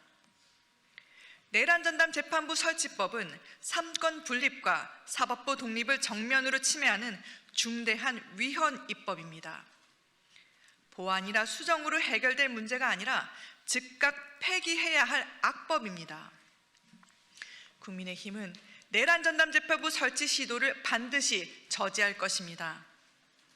위헌 입법 폭주를 막고 대한민국 헌정 질서와 사법 독립을 지키기 위해 법안 폐기를 위한 모든 수단을 강구하겠습니다. 다음 논평 이어가겠습니다. 더불어민주당이 정기국회 마지막 본회의에서 필리버스터, 즉 무제한 토론을 제한하는 국회법 개정안을 강행하겠다고 예고했습니다. 소수 의견을 지키기 위해 마련된 제도의 핵심 기능을 정면으로 겨냥한 것입니다. 국회가 스스로 토론을 축소한다면 국회는 더 이상 국민의 다양한 목소리를 담아내는 공론장이 아니라 다수당의 결정을 통보하는 일방통행의 장으로 전락할 것입니다. 이미 현행 제도만으로도 민주당은 24시간 경과 후 제적의원 5분의 3 찬성으로 언제든 무제한 토론을 종결할 수 있습니다. 그럼에도 토론을 더 빨리, 더 간편하게 끊기 위해 새로운 장치를 법에 넣겠다는 것은 소수 의견을 번거로운 절차로 취급하고 논의와 검증이라는 국회의 기본 책임을 입법 동주의 방해 요소로 보는 태도입니다. 결국 민주당은 24시간도 참지 못하겠다며 필리버스터의 존재 이유 자체를 지우려는 것입니다. 이번 개정안은 필리버스터의 실질적 기능을 사실상 무력화하는 데 맞춰 설계되어 있습니다. 무제한 토론의 진행권을 의장에게 과도하게 집중시켜 소수당의 토론 주도권을 대폭 축소하고 제적의원 5분의 1 이상이 회의장에 없으면 의장이 토론을 중단할 수 있도록 해 소수당의 발언권이 다수당의 출석 여부에 따라 언제든 제한될 수 있는 구조로 바꾸어 놓았습니다. 이는 필리버스터라는 민주주의의 최소 안전 장치를 형식만 남은 절차로 만들 뿐 아니라 소수 의견 자체를 다수당의 정치적 계산에 따라 즉시 차단할 수 있는 위험한 입법 설계입니다. 게다가 민주당은 과거 야당 시절 필리버스터를 다수당의 횡포를 막는 최후의 보루라며 누구보다 강하게 도입을 주장했던 정당입니다. 그런 민주당이 이제는 정권 유불리에 따라 자신들이 만든 국회 선진화 제도의 취지를 뒤집고 다수당이 되자마자 가장 먼저 소수 보호 장치를 허무는 모습은 명백한 위선이자 입법 폭주입니다. 선진국 의회가 필리버스터 제도를 유지하는 이유는 단순한 시간 끌기가 아니라 다수결로 가더라도 소수 의견을 듣는 최소한의 절차를 남겨두기 위해서입니다. 여당이 수적 우위를 갖고 있어도 미래의 견제 장치를 스스로 보존하는 것이 민주주의의 기본 원칙입니다. 그러나 민주당은 그 원칙마저 버리고 당장의 입법 폭주만을 위해 소수 의견을 제거하려 하고 있습니다. 오늘 본회의에는 국민의 기본권과 헌정 질서에 중대한 영향을 미치는 법안들이 다수 상정돼 있습니다. 이런 법안일수록 깊은 토론과 공개 검증이 필요합니다. 그럼에도 민주당은 절차를 더 줄이고 토론을 더 지우려 합니다. 토론이 줄어들면 편해지는 것은 권력이지만 그로 인해 무너지는 것은 국민의 권리와 삶입니다. 민주당은 필리버스터 제한 법안을 즉각 철회해야 합니다. 국민의힘은 필버 중지를 통해 국회의 침묵을 강요하려는 시도, 나아가 국회의 침묵이 곧 국민의 신음으로 이어지는 상황을 결코 용납하지 않으며 민주주의의 기본 절차와 소수 보호 원칙을 지키기 위해 끝까지 단호히 맞서겠습니다. 다음 논평 이어가겠습니다. 국내 고용시장의 성적표와 현실의 괴리감이 갈수록 커지고 있습니다. 10월 실업률이 2.2%를 달성하며 OECD 회원국 중 최저 수준이라는 기록을 세웠습니다. 수치상으로는 완전 고용에 가까운 것처럼 보이지만 이는 착시 현상에 불과합니다. 성적표와 다르게 현장에서 체감하는 고용 상황은 매우 열악하며 이 괴리의 핵심 원인은 통계에도 잡히지 않는 쉬었음 청년 인구의 급증 때문입니다. 취업도 실업도 아닌 상태인 2030 청년층 인구는 역대 최고치를 기록하며 꾸준히 증가하고 있습니다. 이는 노동시장에 진입해야 할 젊은 노동력이 통계 밖으로 이탈하고 있다는 심각한 현실을 받아 이러한 현상은 단순히 개인의 문제가 아니라 대기업, 중소기업 간의 임금 격차 등 구조적 문제와 양질의 일자리 부족이 청년들의 구직 의욕을 꺾고 있기 때문입니다. 이런 가운데 이재명 대통령은 70만 명을 넘는 쉬었음 청년 인구를 줄일 방안을 마련하라고 주문하며 10만 명 감축 목표치를 지시했습니다.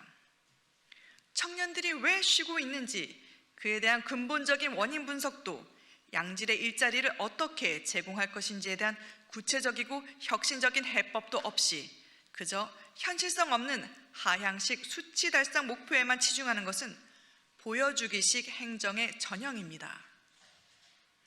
청년들은 국가 경쟁 성장 지표를 채우기 위한 통계의 도구가 아닙니다. 이재명 대통령은 더 이상 말뿐인 지시를 멈추고 청년들의 고민과 좌절에 대해 공감하려는 노력부터 하기 바랍니다.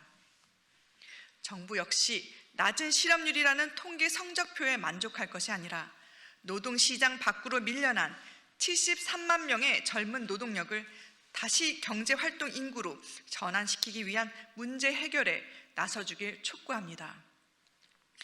이제는 청년들에게 문제를 전가하는 무책임이 아닌 근본적인 행동이 필요할 때입니다. 금일 논평 마치겠습니다. 감사합니다.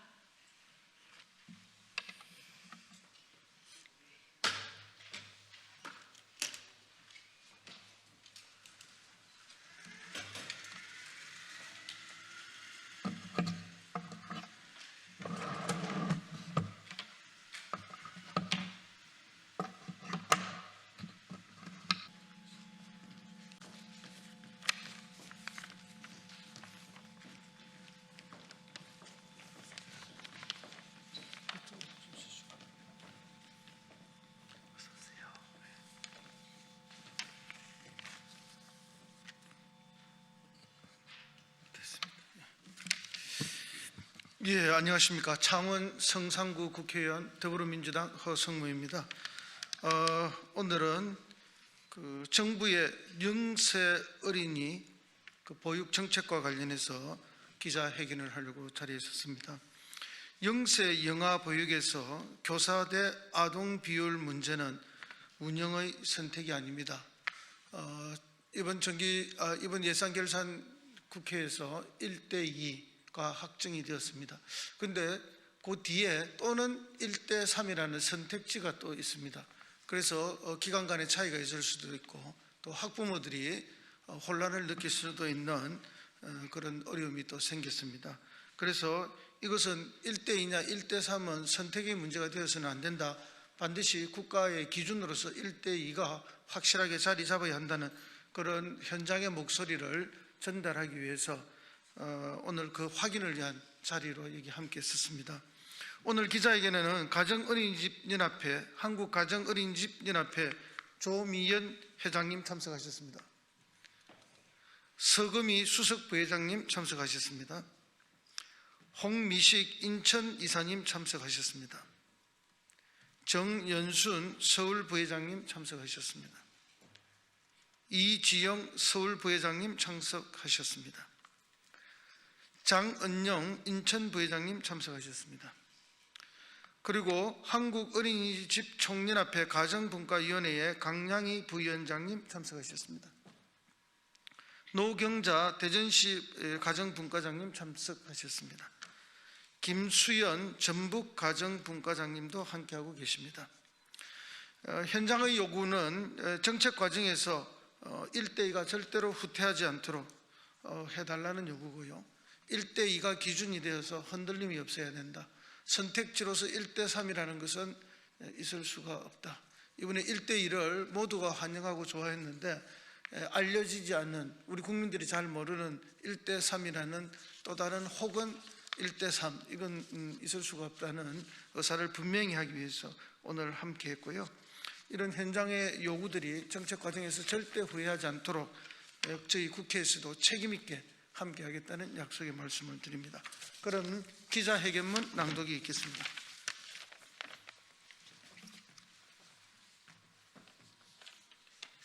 예, 소개하시고 기자회견.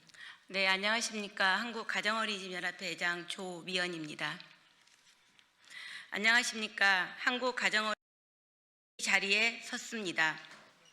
영세 영아는 하루 대부분을 울음과 몸짓, 아주 미세한 신호로 자신의 필요를 표현합니다.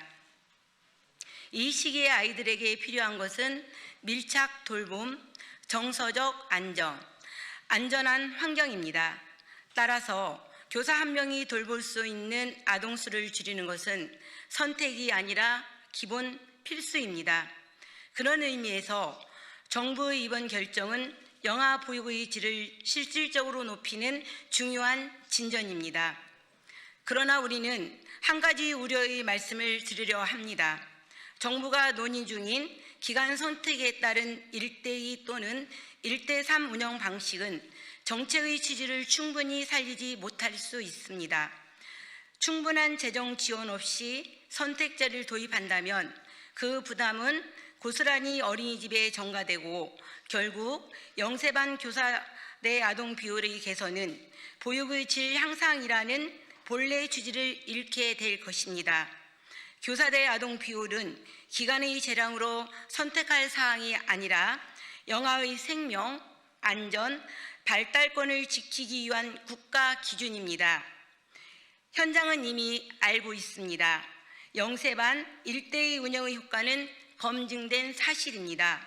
부모는 더 안심하고 교사는 안정적으로 돌봄에 집중하며 영아는 더 안전하고 편안한 환경에서 자랍니다.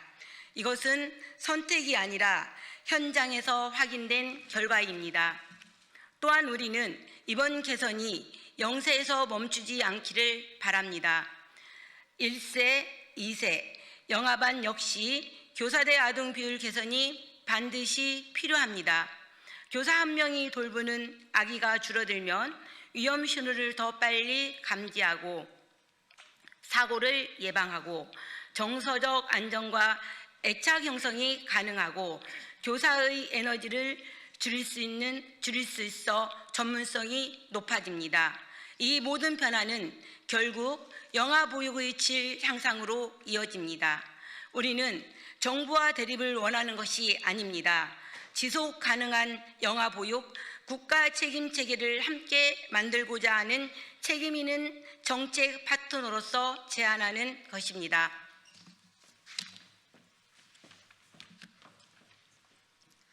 한국가정어린이집 총연합회 가정분과 부위원장 강량희입니다.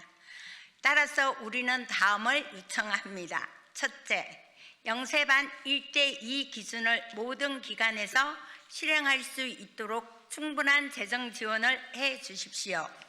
둘째, 1세, 2세 반도 단계적으로 교사 대 아동 비율 개선을 추진해 주십시오.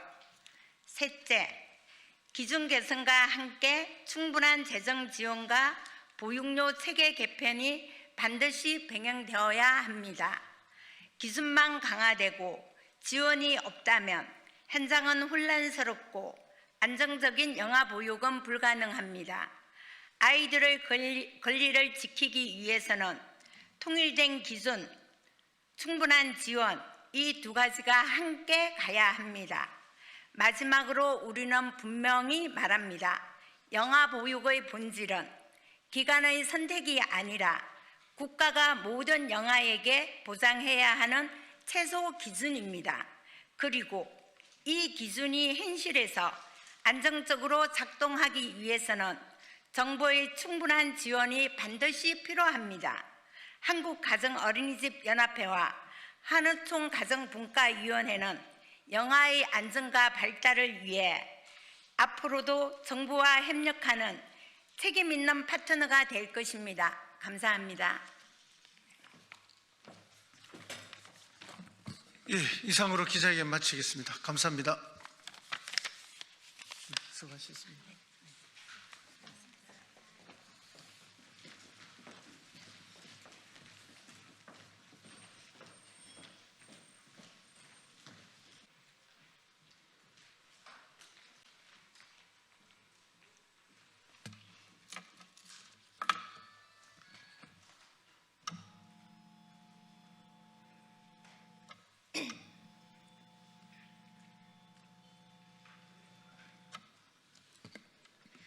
네, 안녕하십니까. 저 12월부터 기본소득당 대변인으로 임명된 노서영입니다.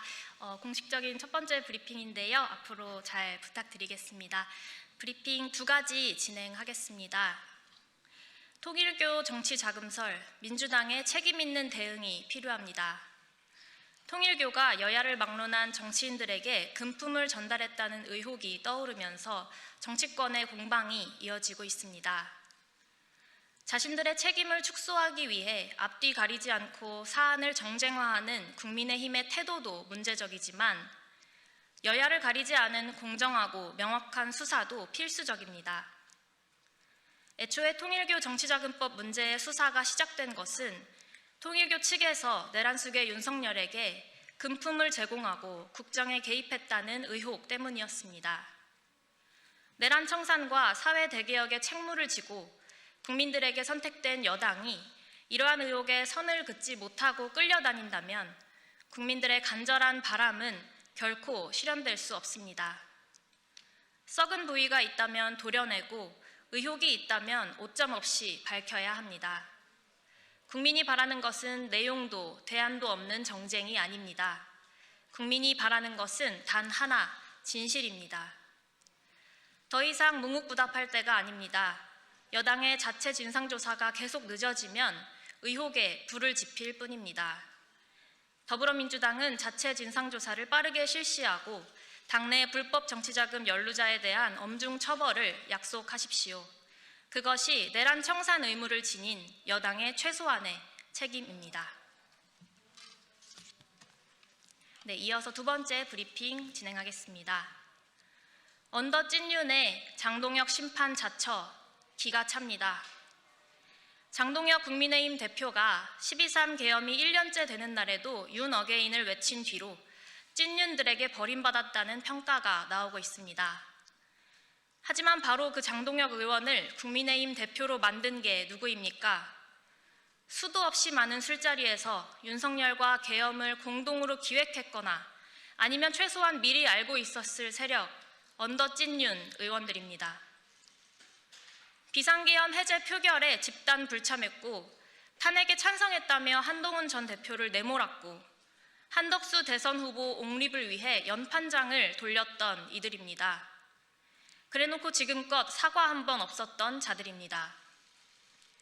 그런데 국민의힘 윤한홍 의원은 이제와 내란과 선그으며 나라 걱정을 운운합니다. 박성빈 의원 손에 장동혁 대표의 운명이 달려있다는 이야기도 파다합니다. 언더 찐윤이 장동혁 대표에 대한 심판자 노릇에 나서니 황당무계합니다. 그런 그들이 윤석열과 장동혁을 비판하고 심판한다고 국민의 분노가 사그라들겠습니까? 자신들이 계엄에 대해 언제 처음 들었는지라도 국민 앞에 소상히 밝히고 반성하는 모습을 보여야 일말의 진정성이라도 느껴지지 않겠습니까? 대표를 갈아치우고 당명을 개정한들 국민들이 속지 않는 세상임을 기억하십시오. 언더 찐윤도 결국 내란죄 수사 대상일 뿐입니다. 이상입니다.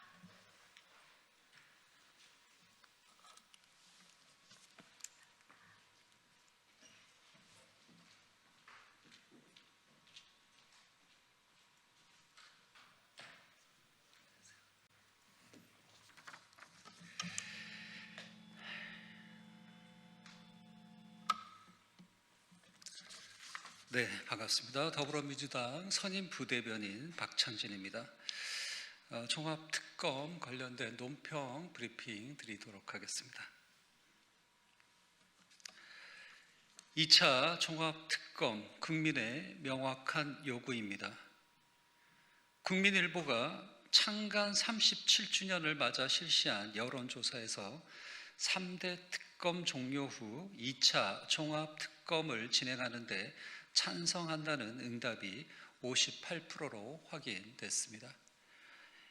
이는 국가를 초유의 위기로 몰아넣은 12.3 내란과 관련해 그 누구도 책임지는 사람이 없는 현실에 대한 깊은 국민적 피로와 불신이 여실히 반영된 결과입니다. 국민 10명 중 6명은 12.3 불법 비상계엄의 진상규명과 책임자 단죄를 위해 반드시 2차 종합특검이 필요하다고 판단하고 있습니다. 이는 더불어민주당이 추진하는 2차 종합특검에 대한 명확하고 분명한 국민적 지지입니다. 내란 청산은 진보, 보수의 문제가 아니라 국가의 근본을 지키느냐, 방치하느냐의 문제입니다. 국민들은 더 이상 미봉책이나 책임 회피를 용납하지 않습니다. 헌정 질서를 뒤흔든 내란에 대한 철저한 진상 규명과 엄정한 책임이야말로 국민의 명령입니다. 더불어민주당은 그 뜻을 결코 외면하지 않겠습니다. 2차 종합특검을 책임 있게 추진해 국가적 진실을 끝까지 밝히고 무너진 정의를 반드시 바로 세우겠습니다. 이상입니다. 감사합니다.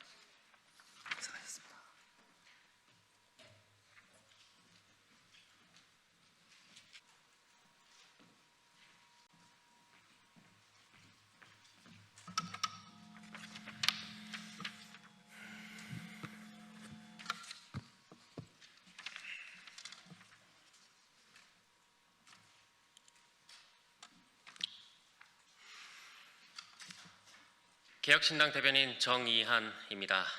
특별감찰관 임명에 침대 축구하고 있는 정부 여당.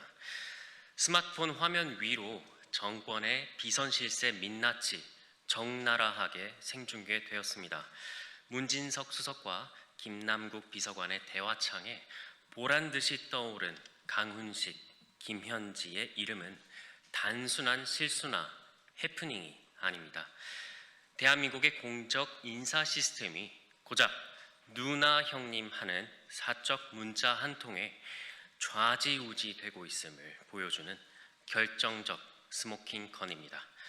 점입 가경인 것은 사태 수습을 대하는 태도입니다.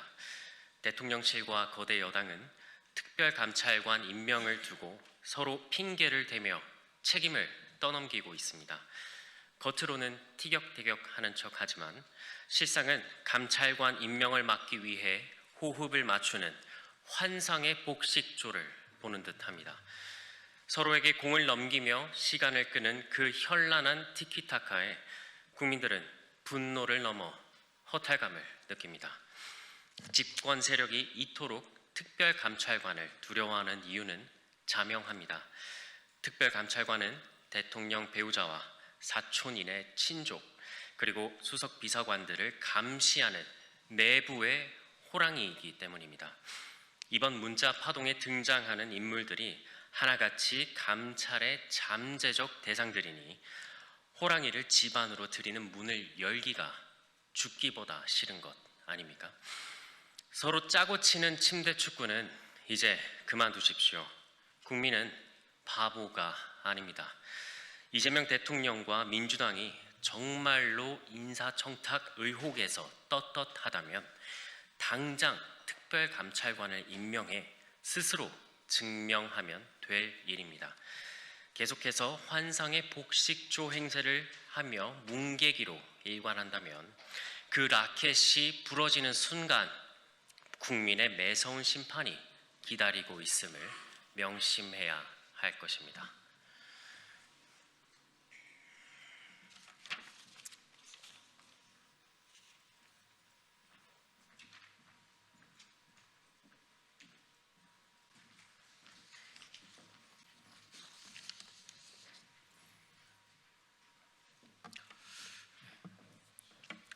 민주당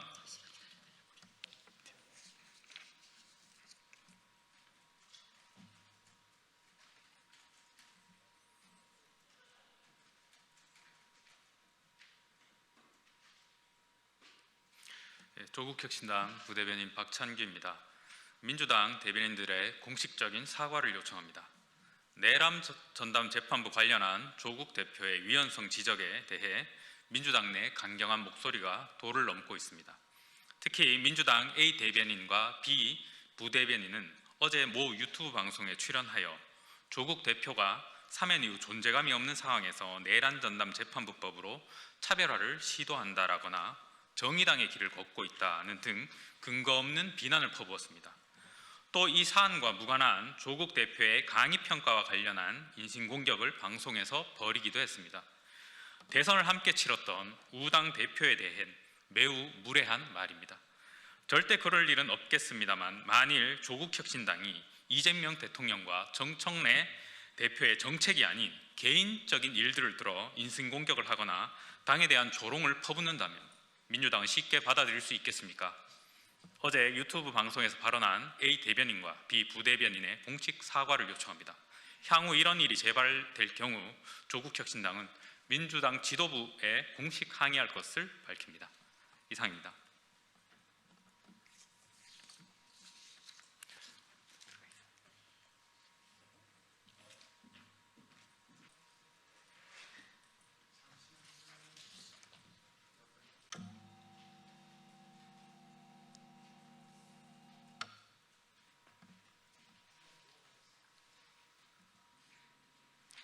네, 진보당 신미연 대변인 브리핑 시작하겠습니다. 미국은 중국과 화해하면서 한국은 대결하라. 미 국가안보 전략의 대결 강요를 거부하라. 12월 5일 트럼프 행정부의 외교 안보 정책 방향이 담긴 국가안보 전략 보고서가 발표되었습니다. 미국은 중국을 경제적 경쟁자이자 잠재적 파트너로 규정하면서 미중 관계를 정면 충돌이 아닌 관리의 대상으로 설정했습니다. 중국 봉쇄와 공급망 디커플링을 앞세웠던 바이든 행정부와는 확연히 다른 노선입니다. 미중 갈등이 국제 질서 전반에 미친 영향을 고려할 때 이러한 변화는 긍정적입니다.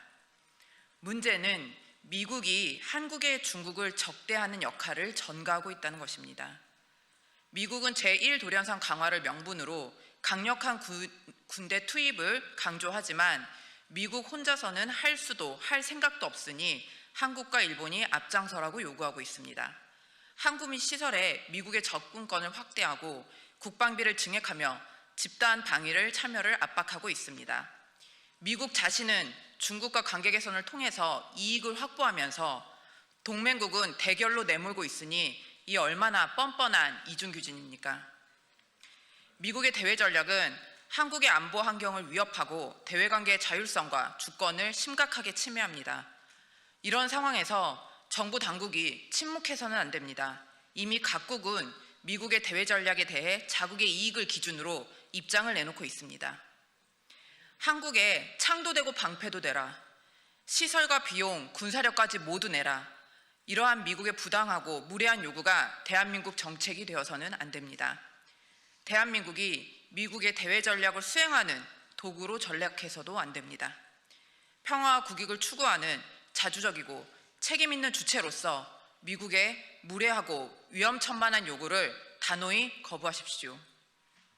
감사합니다.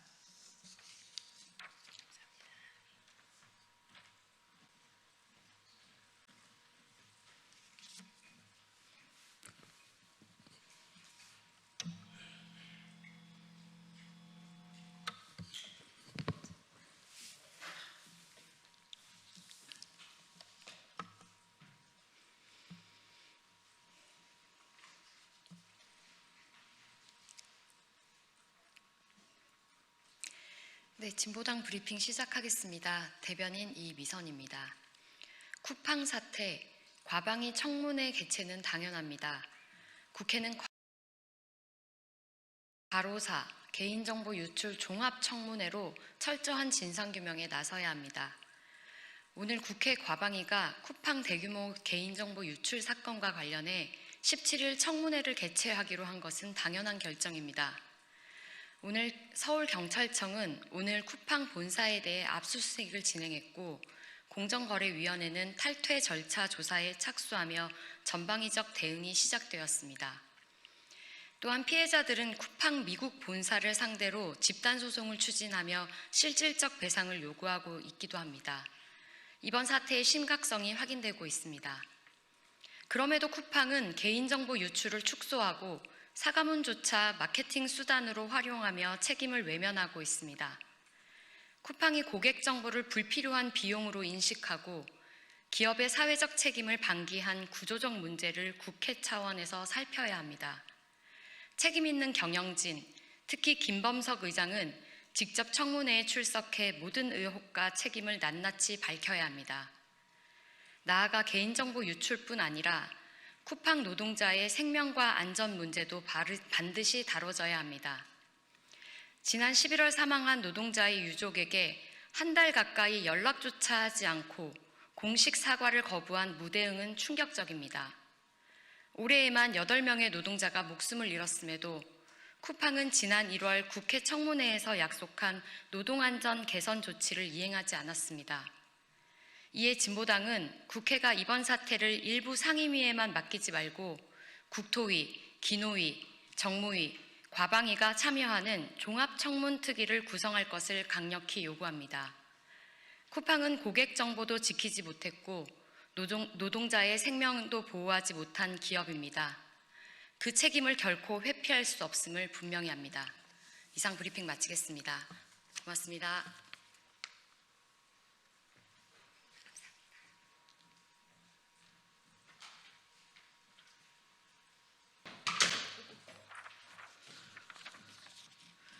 네, 안녕하십니까. 더불어민주당 과학기술정보방송통신위원회 간사 김희원입니다. 지금 국회에서 국민의힘에 의한 본회의장 장악이라고 얘기해야 될까 싶습니다. 지금 오늘 상정된 법안 중에는 여야가 합의한 법안이 상당수가 있습니다. 그 법안에 대해서도 국민의힘의 필리버스터라는 희대의 상황이 지금 벌어지고 있습니다. 그래서 규탄하는 성명서를 발표하기 위해서 이 자리에 섰습니다. 함께하신 의원님 먼저 소개해드리겠습니다. 과학기술정보방송통신위원회 위원장 최민희 의원님이십니다. 노정면 의원이십니다. 성명서 내용은 노정면 의원님께서 발표하도록 하겠습니다.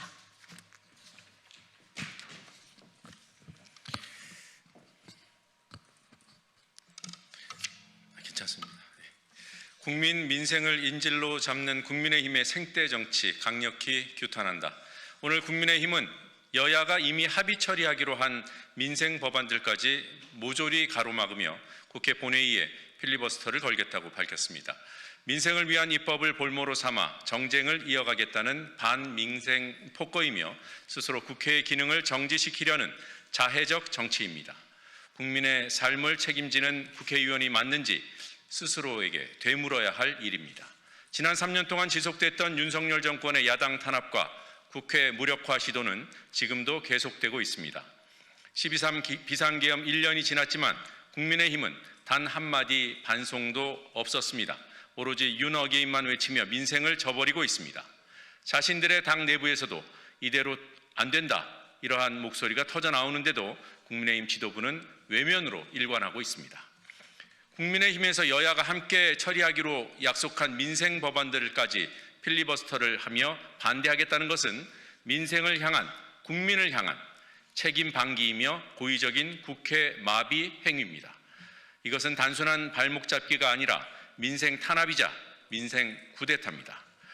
국회는 국민을 위해 존재해야 합니다. 국민을 위해 존재해야 할 국회가 국민의힘 때문에 국민을 위협하는 공간으로 전락하고 말았습니다. 민주당은 국민께 분명히 말씀드립니다. 민생 법안은 민생 법안대로, 개혁 법안은 개혁 법안대로 반드시 제때 처리하겠습니다. 국민 생활을 지키는 일에 단 한 걸음도 물러서지 않겠습니다. 국민의힘에 경고합니다. 민생을 볼모로 삼는 정치로 얻을 수 있는 것은 국민의 분노와 불신 그리고 준엄한 심판뿐입니다. 국회를 멈추고 그 피해를 국민에게 떠넘기는 구태 정치 이제 끝내야 합니다. 민주당은 오늘부터 국회 정상화와 민생개혁 완수를 위한 비상행동에 돌입합니다. 국민의 삶을 지키고 국회를 바로 세우기 위해 모든 책임을 다하겠습니다. 국민의힘은 지금이라도 생떼 정치를 버리고 국민을 바라보기를 바랍니다. 민생을 외면한 국회는 존재 이유가 없습니다. 국민과 국회를 볼모로 잡는 행태는 더 이상 용납되지 않을 것입니다. 국민의힘에서 발의하고 합의된 법안조차 가로막는 반민생 폭거를 즉각 중단하고 국민 앞에 떳떳할 수 있도록 책임 있는 자세로 본회의 처리에 나서십시오.